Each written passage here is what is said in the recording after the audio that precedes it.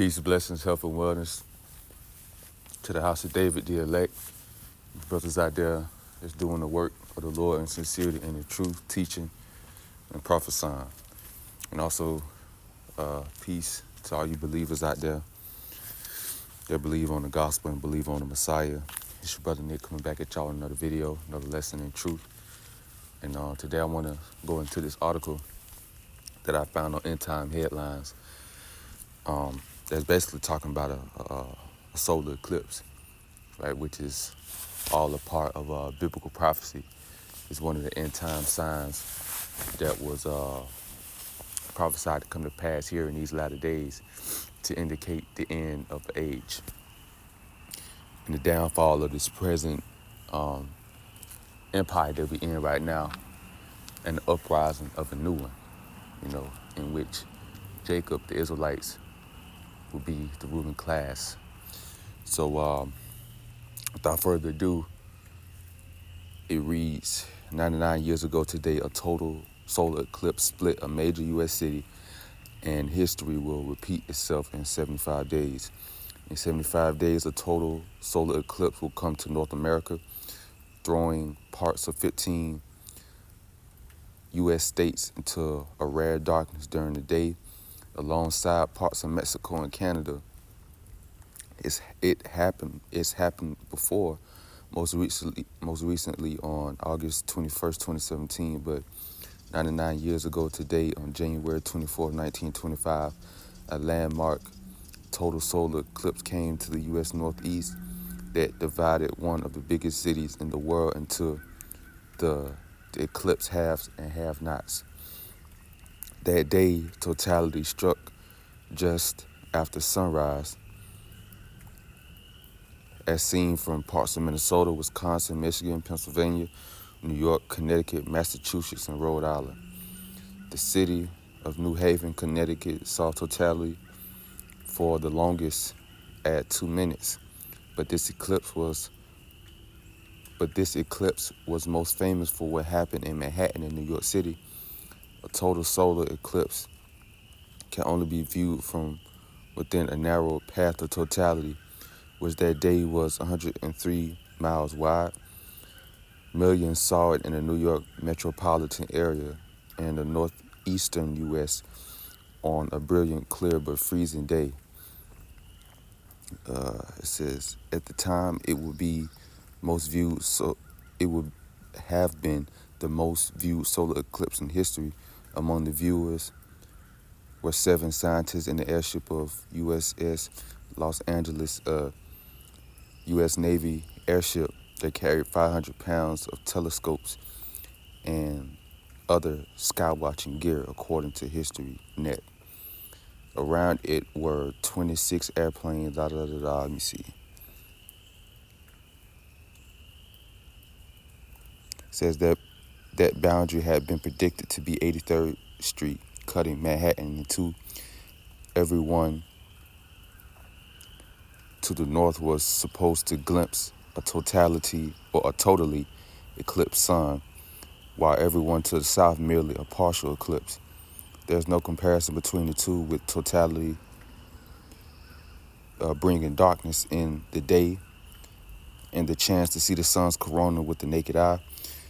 A partial solar eclipse, even with 99.9% of the sun's disk covered, must be viewed through solar filter glasses. No darkness, no corona in the event. 96th Street proved to be the boundary, and the eclipse came 4 seconds late. But yeah, it's going to be an eclipse soon. And let me try to look something up real quick. Let's see. What's the word I'm looking for?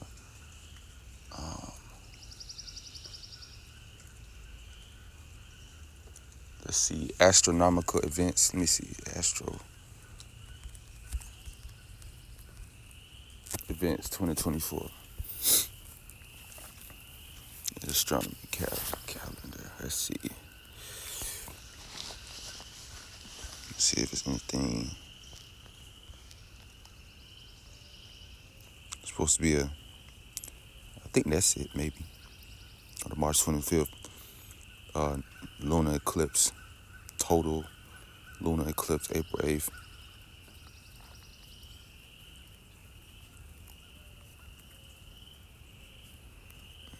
Let's see. Another eclipse.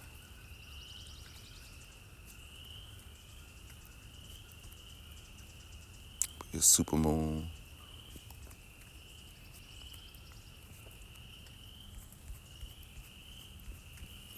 Let's go to the book of Genesis, chapter 1 and verse 14.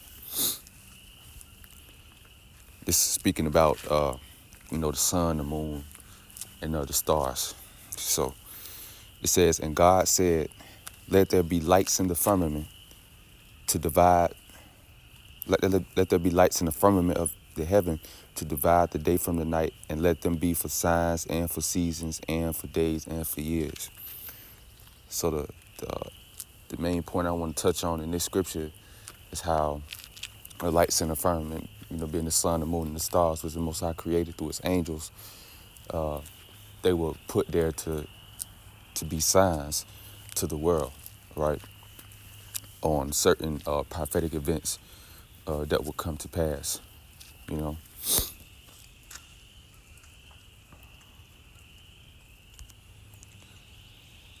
It's the book of I'm gonna hold that. I'm gonna just grab Second Esdras, the 9th chapter. That's how you know we at the end. We're in the end of this present age. We're at the end of the so-called white man's rulership. Big changes coming in the world, and all the end time prophecies, the last days prophecies, will be fulfilled.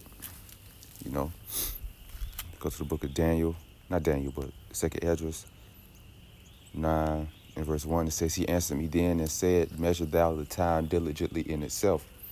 How do you measure the times? You look at certain prophecies and line them up with with current events.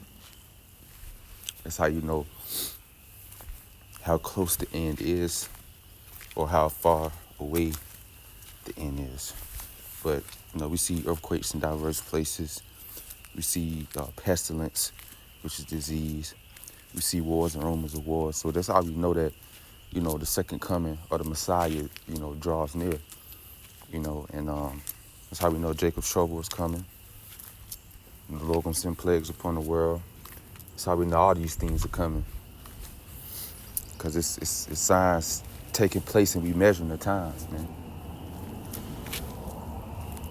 It says, and when you see part of the signs pass, which I have told you before, then shall you understand that it is the very same time wherein the highest will begin to visit the world which He made. Therefore, and there shall be seen earthquakes and uproars of the people in the world. And that's happening now. When it says, then thou shalt well understand that the Most High spake of those things from the days that were before you, even from the beginning. For like as all that is made in the world hath a beginning and an end, and the end is manifest. It's true. The end is manifest, man. It's becoming clearer and clearer as time progresses, as these signs, start to show themselves more, that was written in the Bible. It says, even so, the times also of the highest have plain beginnings in wonder and powerful works, and endings in effects and signs. And that this lunar eclipse, this solar eclipse that we just got this article on, that's a part of the effects and signs to show that we are in the end. Let's go here. Luke 21 and verse 25, it says, and there shall be strange signs in the sun, moon, and stars. And the eclipse is a fulfillment of this prophecy. So you have the pink moons, blood moons that go on. You have certain astronomical, events that that has happened recently in the recent years, that hasn't happened before, you know.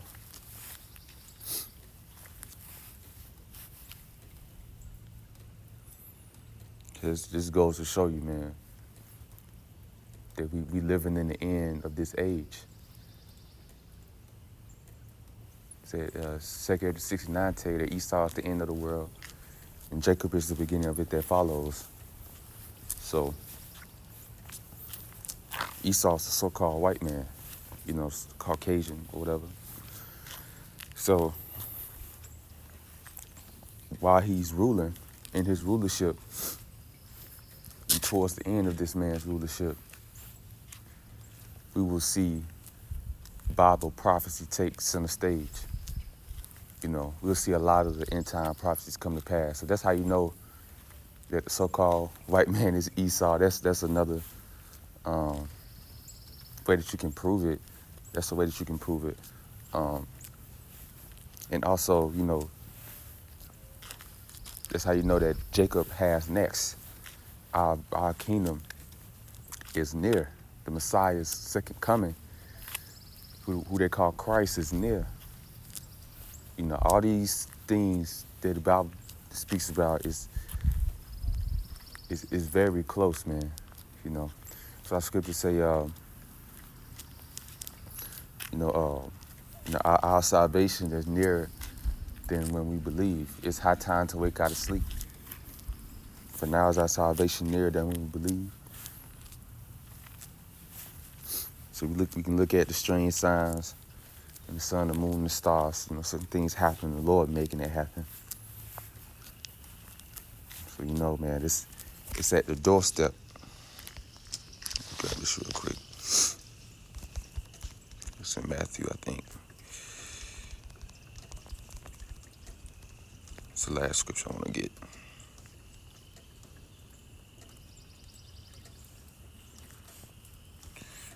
So this Matthew 24:32, it says, "Now learn the parable of the fig tree. When his branch is yet tender and put forth leaves, you know that summer is near. So likewise ye, when you shall see all these things," like the end time prophecy that we were speaking about, with the sun, the moon, the stars, just being strange signs in them. When you see those things, know that it is near, even at the doors. Verily I say unto you, this generation shall not pass till all these things be fulfilled. Yeah. And we living in the days of vengeance and salvation for the elect of the nation of Israel. We're definitely in that time, man.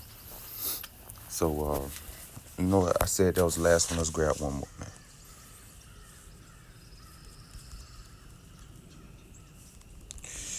Y'all watch.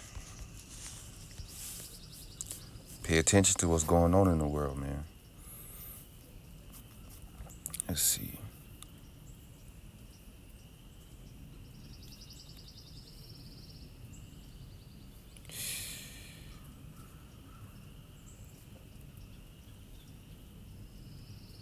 This is a good one. 1 Thessalonians 5:6. Therefore, let us not sleep as do others. Everybody else sleep. They ain't paying attention. They in darkness. They in ignorance. But let us watch and be sober, right? And be sober-minded. Pay attention to the signs that's going on in the world.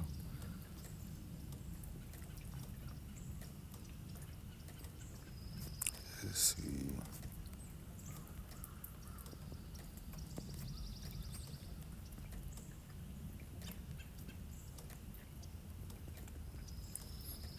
This may be a good one right here.